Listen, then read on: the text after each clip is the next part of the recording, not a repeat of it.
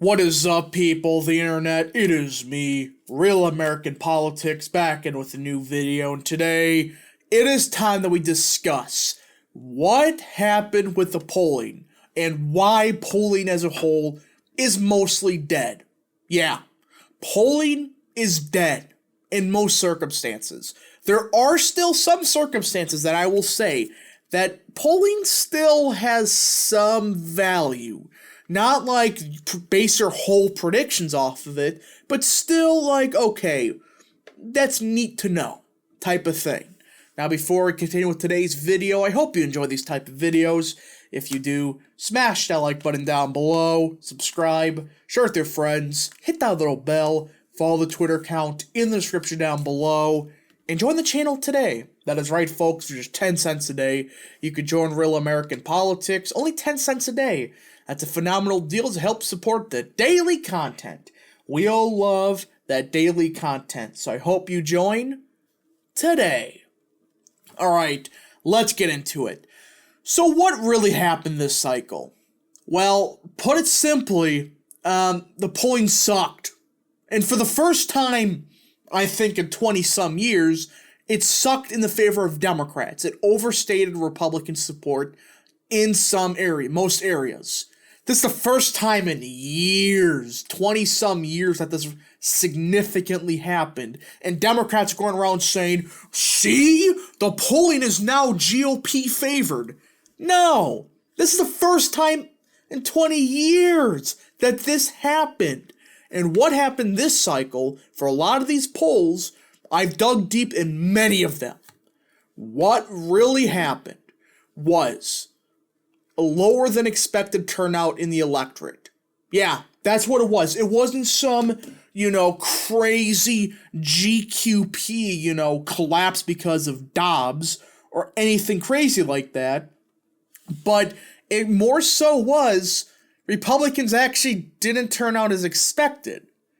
That's the funny part. A lot of these people are saying, oh, this was going to be such a high turnout election. You look at compared to prior House elections, in particular to 2018, this really wasn't that large of a, turnout election. It really wasn't. In fact, it was kind of underperformance of Republicans. Look at this here. There was around 105 million votes this election, all right? Republicans won the popular vote by 3. Here is the problem with this number. In 2018, there were 113 million votes, and that was a blue wave. So already you could tell you're 8 million votes short.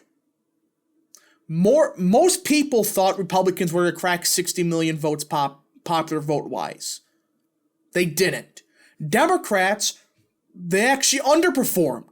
You look at a lot of these polls, a lot of people thought 52, 53 million was where the Democrats at least were going to get to.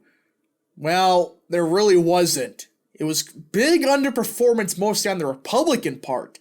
Democrats also, but Republicans had the bigger underperformance when it came to the turnout.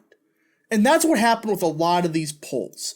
And this is why I'm saying at this point when I do future predictions, especially for midterms, polling you cannot use.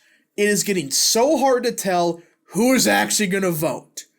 Because a lot of people, they may say, I may vote, and they voted in 2020 and 2016, in 2018, so you would have thought they probably would have voted. Well, a lot of them didn't vote. And that's a problem that Republicans have to deal with. This cycle, they did not get the white working class base out in most of these states. But funny enough, you look at margins, and you look at how candidates do. For example, Johnson was supposed to outrun Michaels by 4 to 5 points. He outran Michaels 4 to 5 points. Laxalt Lombardo, about a couple point difference. It was about a couple point difference. Kemp, about an 8-9 point over Walker. It was about like the 10-point improvement over Walker. You start looking at a lot of these. And that's what I think really happened in these elections. Republicans, the polling, when you look at the spreads, weren't the most off compared to, governor to Senate elections. Like Georgia, it was supposed to be an 8-point difference between the gubernatorialship and the senateship. Well, it was around a 9-point difference. The problem is a lot of these working class voters, they just didn't turn out. They just did not turn out at all in these elections. And that's what a lot of these polls got wrong. They expected the white working class vote to be a bigger share of the electorate than it was. There wasn't no Dobbs surge. I mean, this was a low turnout election compared to 2018. If there was proof of a Dobbs surge, we would have saw it here. There wasn't. All right, they did slightly better than Republicans in 2018. All right, raw vote-wise. You know what happened? Republicans just did not get their voter out. And people that said they probably will vote, I think a lot of them, they stood home. They were overconfident. The Republican Party as a whole was overconfident. And a lot of these voters also felt, why should I vote? That's what I think really happened. You look at these polls that got it quote-unquote correct, you realize they got it correct because they were expecting a 15-point shift with minorities towards Democrats, whites shift like 10 points Democrat, etc. That's not what happened. These polls, they got lucky that this white working class base just did not vote. So that's my whole tangent on why polling is mostly dead. But there are still some situations where I think it is nice to look at. For example, the generic ballot. You go to the generic ballot RCP, and it was relatively accurate. And overall, it was a good election for likely voter polls. Registered voter polls, once again, proved they're trash. And the people are saying, well, it's a high turnout election, registered voter polls will be more accurate. No, they really weren't. They were bad. Like, they were way worse than likely voter polls.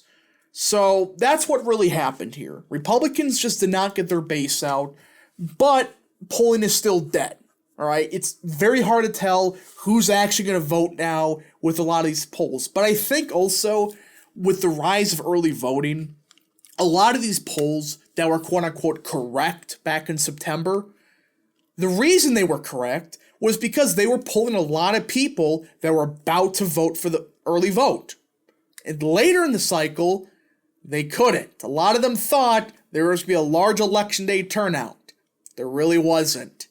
So at this point, polling, I think, is just nice to have for like a higher turnout election, like the presidential election. That's why I think polling will be a bit more accurate in 2024. Some polls. Most polls, though, they're going to be worse than 2020. They got very lucky this cycle that, the election day turnout was not what Republicans needed whatsoever. But we just got to see what happens with the Georgia runoff. So far, there's only been like 2 polls, and it shows a dead heat. So there's that. Anyways, folks, thank you so much for watching. If you did enjoy this video, smash the like button down below. Subscribe, share with your friends, hit that little bell, follow the Twitter account in the description down below, and join the channel today. Thank you so much for watching. We'll see you guys in the next video. Godspeed to all of you.